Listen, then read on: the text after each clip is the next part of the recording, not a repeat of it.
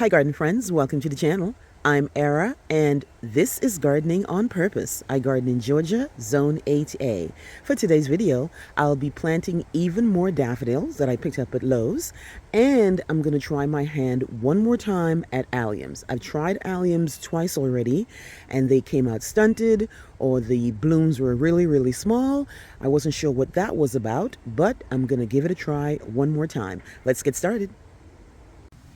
Alright guys, so the type of allium that I have is the Purple Sensation.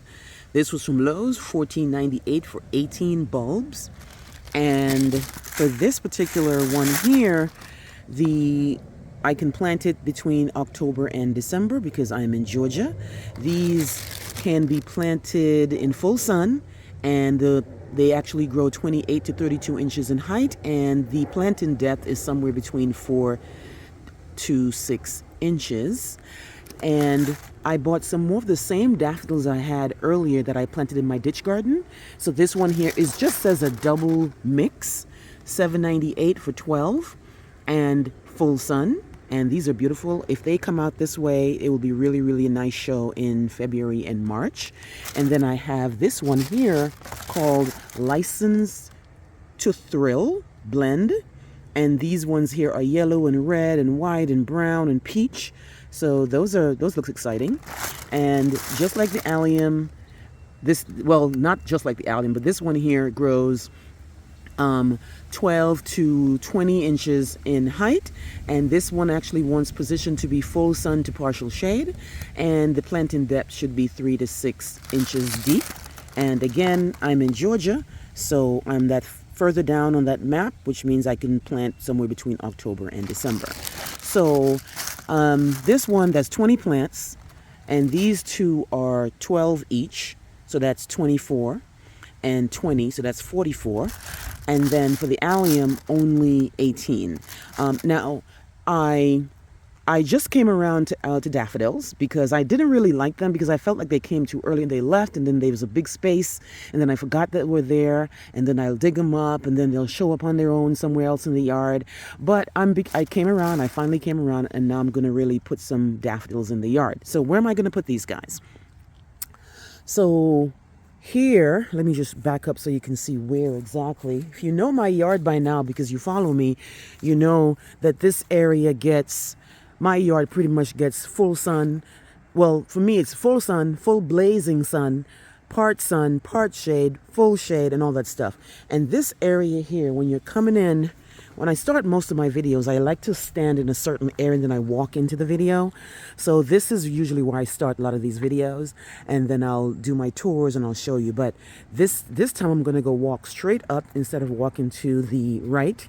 And this is where I have my irises, my some of my encore azaleas, and some viburnums, some agapanthus, and some of these beauties here, which is an andina. And it's right next to my vegetable garden, which was a dud this year. Didn't do well. I barely got anything, but that's another story. So where I'm going to put these bulbs are between a lot of these plants. So there's the purple iris, and I'm going to put daffodils here, right here. As you can see, I kind of turned over the soil already, and just like in the crevices here, so that when they're done doing what they're doing and they don't look as nice and they look kind of ratty, they won't be like bam in my face, and I don't really want to look at them because we know how they look. Same thing with the allium. I'll probably bring the allium over here because alliums are purple, and I already have some purple irises, yet I don't want a lot of purple in the same area.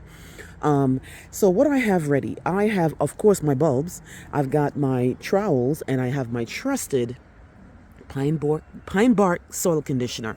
This guy here is a miracle worker for me here because I have clay. When I dig out my hole, I actually put I put this at the base of the hole, and then I mix what I took out half and half with this, and this really helps with drainage. I mean, everybody knows Georgia has clay. Depends on where in Georgia you are. You might have harder red clay, grape clay, brown clay. I have all types of different clays in here. So, but this area has been worked already, so it won't be that bad, but it will still, because it's a bulb, And because we're getting into the rainy season in Georgia here, it rains a lot in November, December, and January. I mean, it's so much rain, it's scary sometimes. So you really got to make sure your bulbs are draining. First, let me show you what the bulbs look like. So this one here is the double mix, and this is what they're looking like. Of course, this is the bottom because this is where it rooted the last time, and this is the top, so you want to plant it this way. And I can't tell which one is which, but it doesn't matter. I don't want it to be I don't want it to be uniformed at all. I just want it to be naturally looking when they come up. So this is what they're looking like for the doubles. And then for the other one, which is the License to Thrill, this one here, this is what they look like. These are a little bit bigger. But again, I'm just going to mix them all up and then plant them at random. So guys, here's the hole. I dug it somewhere between 4 and 5 inches. And this has been worked already, which is why it doesn't look that bad. And I had my gloves right there and I still forgot to put it on. But, you know, it's nice when my hand touched the dirt, so no complaints there. So this is the hole for the first bulb.